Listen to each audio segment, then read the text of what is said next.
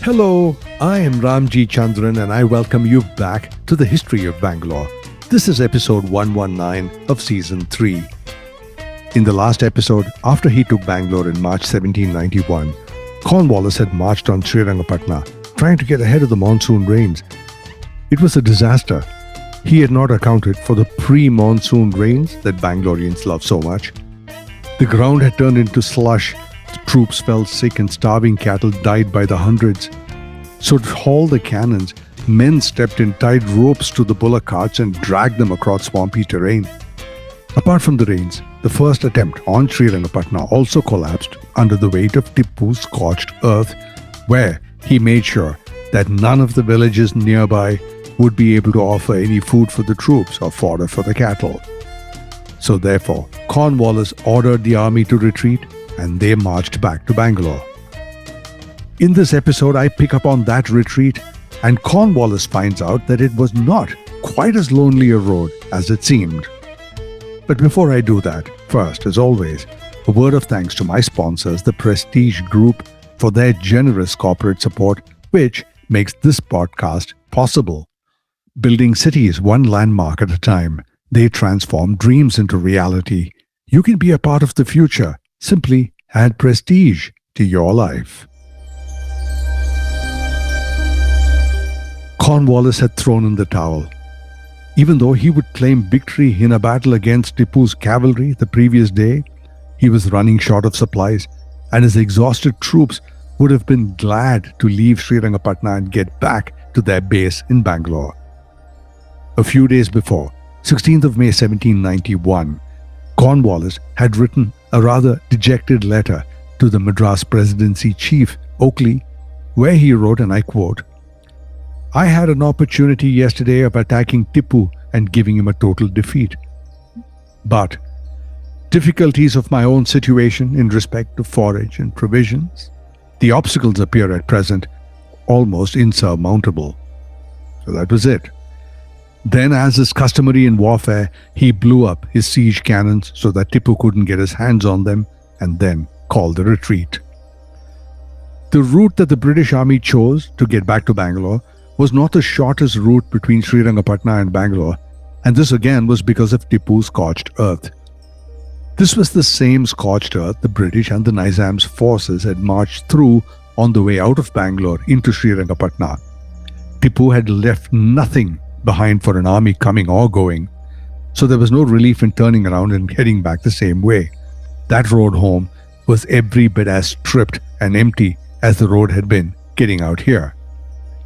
And then within a day of the retreat beginning, something happened that even Cornwallis could not have scripted.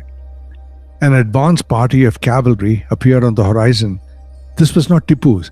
This was the vanguard of the Maratha army that was supposed to have joined them on this particular battle.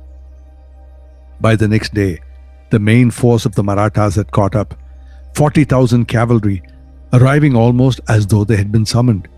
For weeks, Tipu's light horsemen, the lutis, had been intercepting almost every message sent in every direction, and they made sure that any message that Cornwallis sent out was intercepted, and any message coming in from the west was also similarly intercepted. So therefore, Cornwallis had no idea that the Marathas were anywhere close. Neither, in truth, did the Marathas know exactly where Cornwallis was. And two armies, moving blind through hostile territory, had simply converged quite by accident. Where exactly the two armies met up is one of those small historiographical puzzles that crop up more often in this period than one might expect. For one thing we know is that even during the planned siege itself, Cornwallis had moved the army towards the west, hoping that he could make contact with a division of the East India Company forces that were supposed to have met him off the west coast. And there was some talk that the British army, after calling the retreat, had first moved slightly west to a small village called Kanambadi. Now that made sense because it's a large water body that's present, and that was badly required for the cattle and the troops. They were supposed to have gone from there through Melkote to get back to Bangalore. Now, Melkote is a temple town, some distance to the north. Now, this claim of writer Phythian Adams was actually written in the 20th century, and it was regimental history rather than a contemporary account of the battle. So it's a little hard to tell how much of that was really true. The more contemporary records tell us a more tight and more dramatic story itself. And this was James Rennell, an East India Company Surveyor General who was sketching the campaign the year after it had happened. And he didn't have any ambiguity that the advance guard of the Maratha army joined Cornwallis near Seringapatam or Srirangapatna on the 26th of May, 1791. Now, those dates line up. It's very unlikely that the entire army would have moved to Melkote by the 26th of May. Another contemporary account places the meeting of the Maratha forces with Cornwallis forces within a day or two of their calling the retreat, not after some long wandering detour. So, let's go with Srirangapatna and not Melkote.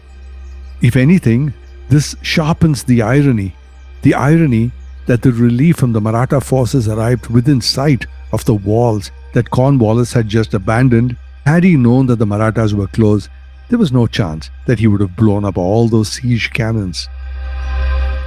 Now, this is one of those near misses of the whole campaign, and it's worth sitting with for just a moment because how narrowly it missed being a tragedy instead of a rescue.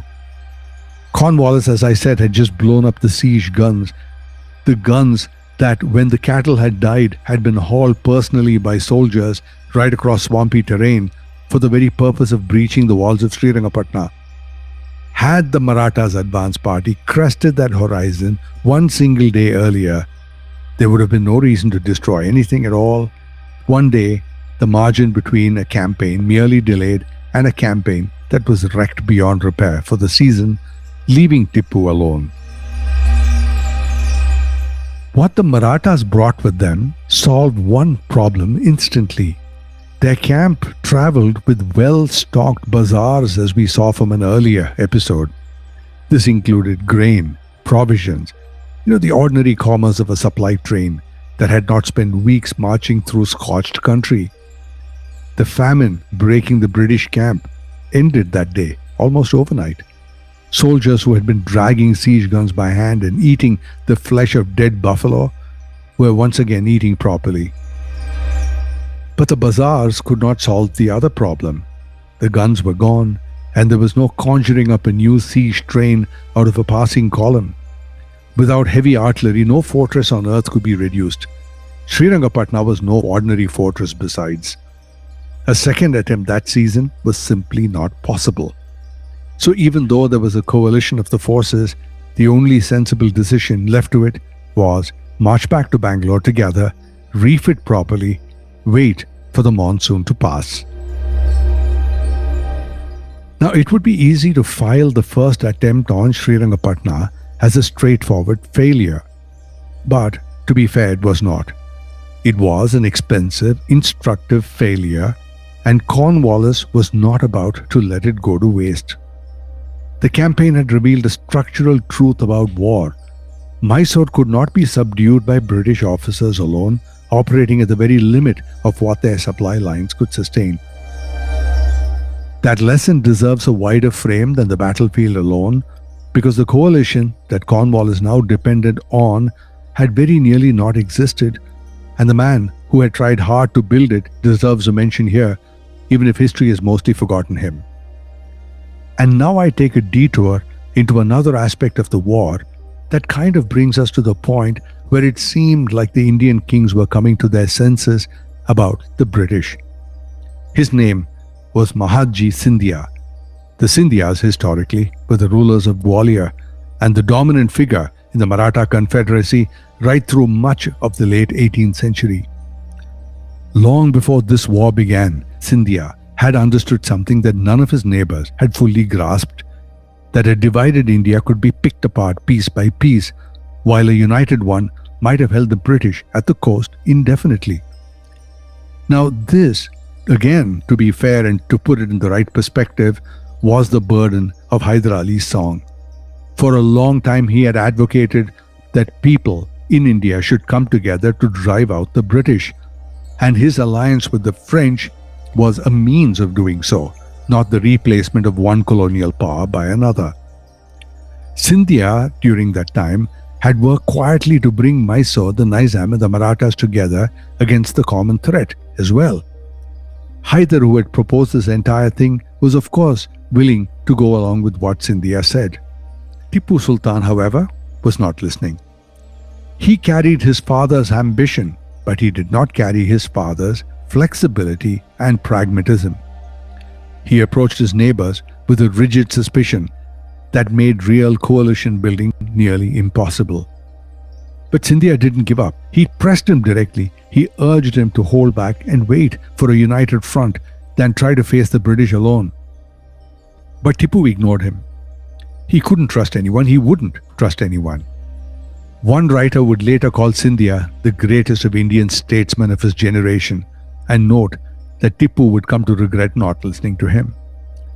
By 1791, the coalition that Mahatma Scindia had tried to build against the British had instead assembled itself, but against Tipu. The Nizam and the Marathas were the reasons there was still a British army in the field to threaten it at all. Two lessons then came out of the disaster of the first march: that the coalition was not optional, the British could not do it alone, and that starving armies cannot take fortresses, which brings everything to point to the scorched earth policy that Hyder had started and Tipu had continued. And there was a third lesson still to learn, and it lay not at Srirangapatna at all, but in the ring of the granite hills that surrounded Bangalore itself. And now for a quick and healthy commercial break, and when I'm back, what thoughts went through Cornwallis as he realized that he was now ready to battle Srirangapatna again, and what did he do about the navadurgas that circle Bangalore? Find out right after this. Maximum connectivity, maximum luxury, maximum lifestyle. Live your max at Prestige Raintree Park. Opulent residences nestled in 21 acres of breathtaking landscape with 1 lakh plus square feet of clubhouse, 3 swimming pools, and ample leisure and sports amenities. Experience exquisite living at Prestige Raintree Park in prime Whitefield with schools, offices, hospitals, and shopping malls just a hop away. Call 81399 81399 or visit prestigeconstructions.com to know more. Radar approved. Hi, I'm back. We're at the point where Cornwallis had abandoned his siege on Srirangapatna, marched his entire army back to Bangalore, where they were licking their wounds and also planning the next attack on Srirangapatna. While this was happening, Cornwallis came to many realizations, and among them was to look at the land itself. Now, the land, Tipu's scorched earth policy, as I've been talking about, was one of the main reasons that brought Cornwallis's first siege down. So suddenly for Cornwallis, the entire landscape, not just Srirangapatna, was something that he needed to address, even though the target was still Srirangapatna. There were a number of mini targets that needed also to be taken as part and parcel of the same battle. And these small targets were something that I have referred to many times in all the previous episodes of this podcast, and these were the navadurgas, the 9 granite hills that ring the Bangalore plateau. They rise out of the Deccan tableland, towering over the area. In 1791, they were the single most important piece of unfinished business standing between Cornwallis and the second attempt at Srirangapatna. Cornwallis spent the 9 months between the first and the second attacks on Srirangapatna, learning what it cost to fight this war completely exposed on the plateau. Now, this was an army starved by broken supply lines. He was not going to march on Srirangapatna a second time, carrying all those same risks and burdens again. So before he committed his now refitted army to another siege, the decision had been made. The Durgas had to fall. As long as Tipu held these forts, he held the plateau's arteries. These Durgas commanded the routes that connected Bangalore to the Carnatic and to the Nizam's territories in Hyderabad. These were the very same supply lines that the coalitions now depended on for everything from grain to gunpowder to carry forward in a battle on Srirangapatna. Every convoy moving towards Bangalore had to pass within reach of one Durga or another. And historically, it's been these navadurgas that have been protecting Bangalore and the Bangalore plateau. And as long as Mysore's garrisons could sit on every one of those heights, every one of the British convoys was vulnerable. Cornwallis had learned at a terrible cost what happened to an army that lost its supply lines in the country, because all Tipu had to do was to sweep down from these Durgas and attack the convoys and head back up. Cornwallis had no intention of learning the same lesson twice. So through the months of the monsoon, while the army was being refitted in Bangalore, the guns replaced and the bullock trains rebuilt, Cornwallis turned his attention to the Navadurgas. One by one, Nandi Durga fell in October 1791. Samana Durga and Hutri Durga fell by December that year. 3 of the 9 granite fortresses now belonged to the British. The military value of this was obvious enough. The Deccan routes flipped from Mysore's control to the Britons. And the coalition's communication lines were, for the time being, the first time in this war, genuinely secure. But there was a second effect, harder to measure, but more important. Tipu's soldiers had grown up believing that these Navadurgas, these hills, were impregnable, granite walls, raised by nature, defended for centuries, unconquerable by design. That belief had been a part of Mysore's confidence since long before Tipu's reign. Watching fort after fort fall in the space of a few months did something worse to the morale that no single battle could have done. That the Durgas were not merely impregnable, they were no longer impregnable, and that an army had learnt its oldest certainties were wrong does not fight the same way after that. It has a terrible effect on the psyche. Now there's another small but very human story attached to the taking of Savana Durga in December. At a critical moment in the assault, as the Indian sepoys advanced towards a breach in the walls, suddenly a rumor began to spread through the ranks that a passage ahead had been mined with explosives. And now there was hesitation and men backed away from the siege. Now in siege warfare, hesitation at the very breach can lose the whole assault. And at hand once again was the humorous General Meadows. You might remember him from the earlier episode on the siege of the Bengaluru Pete, where he rallied the troops after the fall of Colonel Morehouse with his cheery exhortations. When Meadows heard the rumor, he said to have remarked dryly that the only mines that you could find anywhere near that breach were probably gold mines. Now, this was not the funniest of jokes, but it didn't need to be. The laughter that rippled through the ranks was a relief. It broke the tension exactly when it needed to break, and the soldiers duly charged, went forward through the breach, and Savana Durga fell to the British. Cornwallis was sufficiently struck by the conduct of the regiments involved, and these were the 3rd, the 4th, the 10th, the 13th, and the 27th of the Madras Infantry, that he singled them out for praise in his general orders. It was now December 1791, and the failed first march on Srirangapatna earlier that year in April and May had stopped being a wound, and now it had become something closer to fuel to the new British fire. Tipu Sultan made one last attempt to disrupt the coalition's movement before the second march could begin. He attacked, laying siege to Coimbatore. It took 28 days, and it must be said, some gallant British defense to hold the town before it finally fell to Tipu. Now this was a real loss and wasn't a small one. But Cornwallis, watching from Bangalore, refused to let it pull his attention away from the objective that mattered. Coimbatore was a diversion. Cornwallis declined to be diverted. On 25th January 1792, Cornwallis turned his full Allied forces back towards Srirangapatna. This time, there would be no ambiguity about strength, no uncertainty about the coalition, and critically, no shortage of siege guns. By 5th February, the combined army, the Marathas, the Nizam, and the British, had reached French Rocks, that's around the present-day Pandavapura.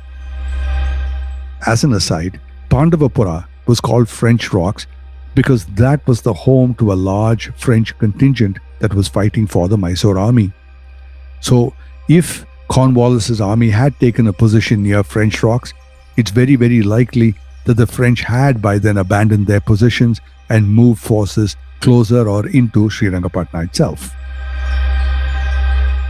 Anyway, the British took position at Pandavapura, French rocks, and this was barely 10 kilometers north of the fortress, and they made camp there.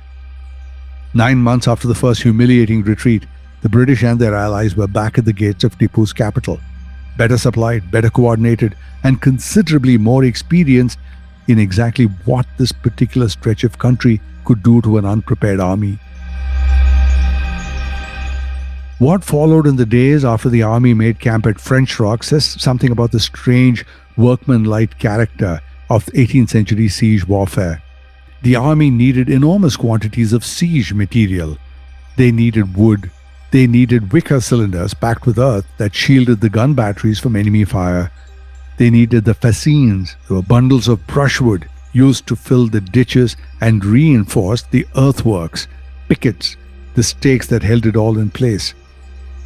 According to contemporary sources at the time, there was a lot of gung-ho, and a spirit of competition took hold among the different corps of the British Army, each one trying to outdo the others in the volume and quantity and quality of what they produced. On a single day, 1,200 men turned out roughly 100 gabions, 2,000 fascines, and 3,000 pickets. This was almost an industrial output achieved by hand in a matter of hours. The raw material for all this came from somewhere, and it's worth noting where. And this was ironic because Tipu Sultan had built, outside the walls of Srirangapatna, gardens. Now these were gardens of renown. They were laid out in a climate where spring, summer and autumn seemed to blend into one season of flowering. These very gardens were now being methodically stripped and cut down to build the earthworks that would use to batter down the walls that they once graced.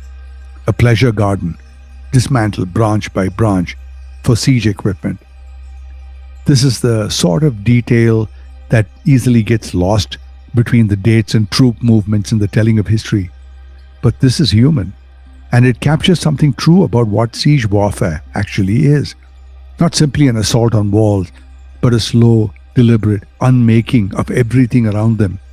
Aesthetics be damned. This stage, this time, was fully set. The coalition was intact. The supply lines were secure. The siege train was in place and the earthworks were rising fast.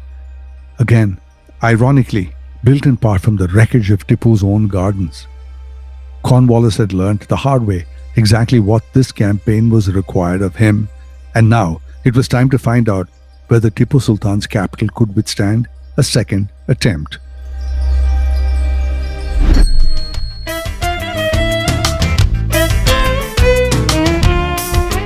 In the next episode, the attack on Seringapatam. Cornwallis now had his coalition, he had his guns, earthworks rising by the day, all within sight of Tipu's palace. What Cornwallis never had in 9 months of campaign was a fair fight, one where hunger, diseases, and flooded roads weren't doing half of Tipu's work for him. In the second attack of Seringapatam, Cornwallis would finally get his shot, and that's coming up next. I am Ramjee Chandran, and this is the history of Bangalore.